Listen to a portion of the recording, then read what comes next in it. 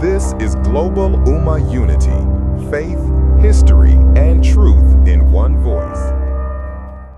7 inventions you didn't know came from the Islamic world.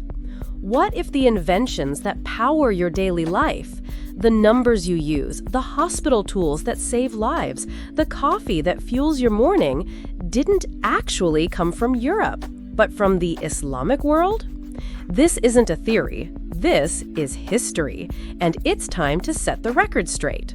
Here are 7 inventions you probably didn't know came from the Muslim world, inventions that helped build the modern world as we know it. 1. Algebra, the language of modern science. Let's start with one of the most powerful tools in human history, algebra. Invented by the Persian scholar al-Khwarizmi in the 9th century, algebra comes from the Arabic word al-jabr, meaning reunion of broken parts. Al-Khwarizmi's book, Al-Kitab al-Mukhtasar fi Hisab al-Jabr wal-Muqabala, laid the foundation of modern mathematics. Without algebra, we wouldn't have engineering, economics, architecture, or even modern coding. Oh, and while we're at it, the word algorithm, that's derived from Al-Khwarizmi's name.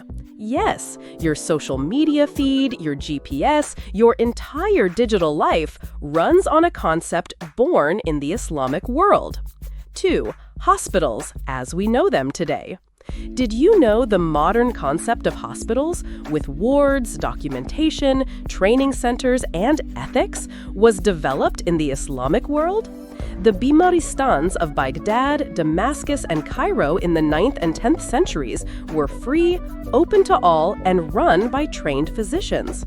They treated physical and mental health, kept medical records, and even pharmacies.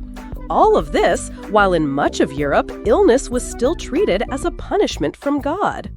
Islamic physicians like Al-Razi and Ibn Sina advanced diagnosis, surgery, and hygiene in ways that shocked and inspired later European doctors. 3. The camera, grounded in optics. The first real scientific study of optics came not from Newton, but from Ibn al-Haytham, known in the West as Al-Hazan.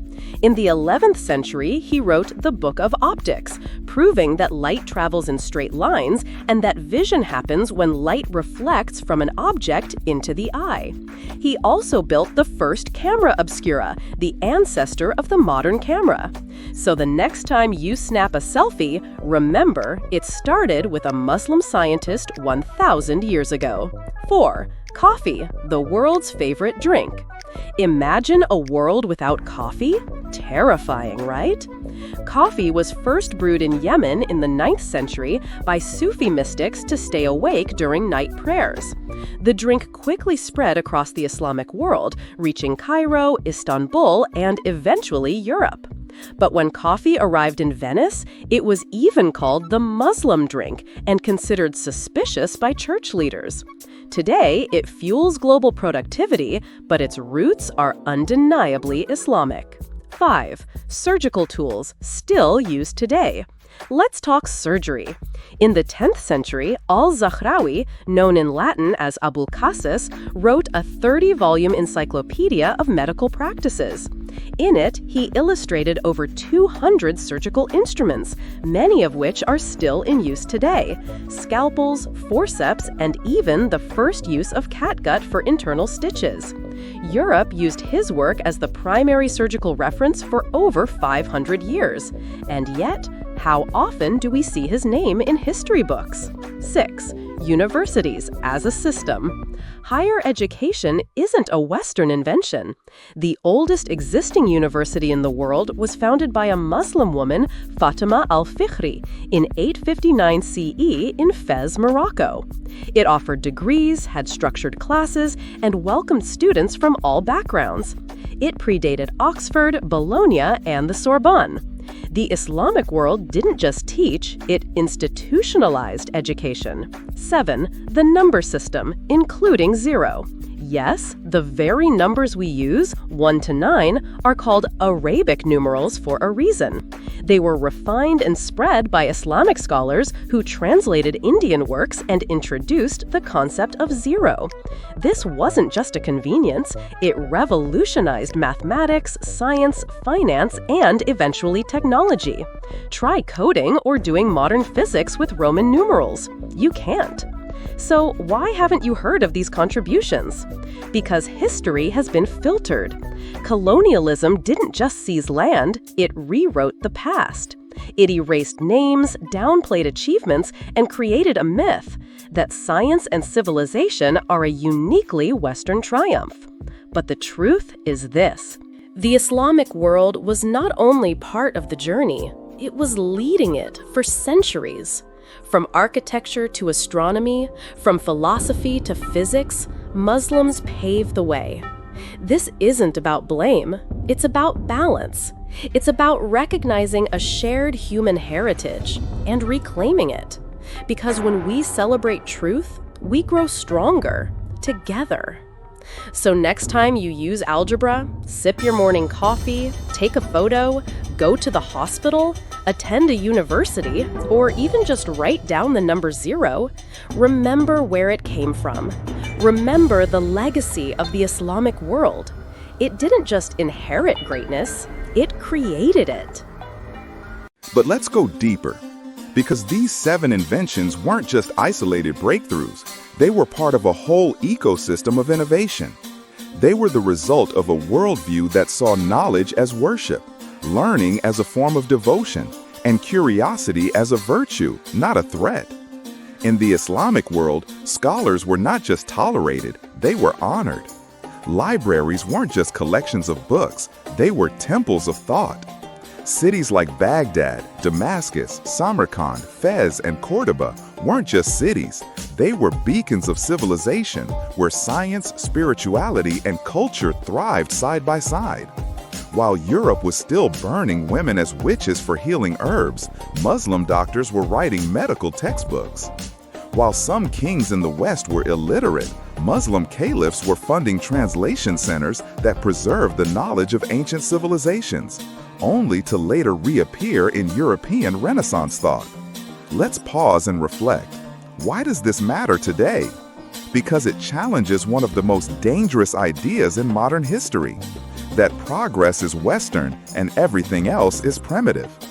This lie has been used to justify colonization, war, racism, and Islamophobia. But the truth is more powerful and more beautiful.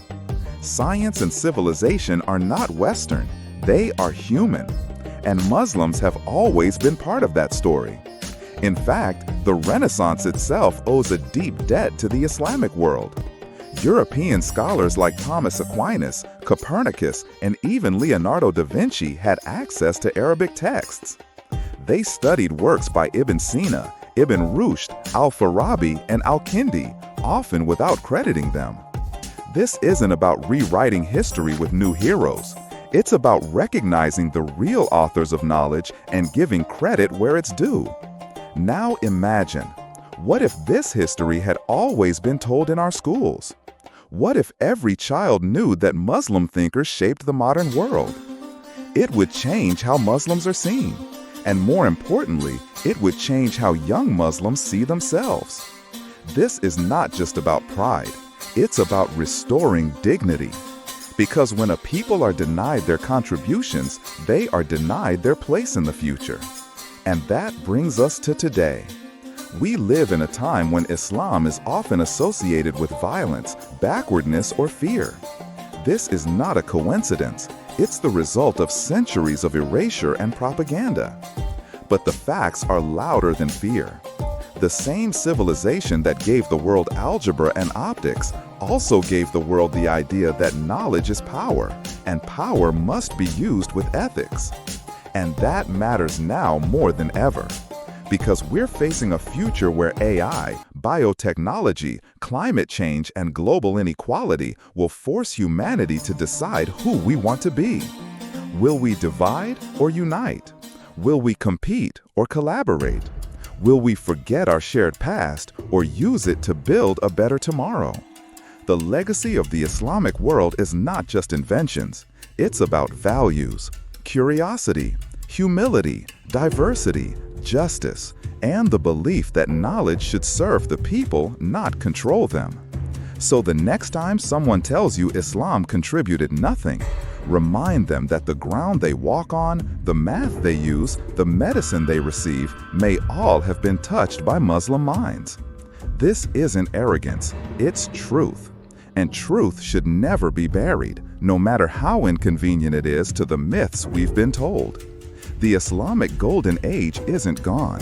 It's waiting to be remembered, and maybe, just maybe, reborn. Thanks so much for watching this video on Global Ummah Unity. If you learned something new today, don't forget to like, share, and subscribe. Let's keep uncovering the untold stories of the Islamic world. Together. See you in the next one, inshallah.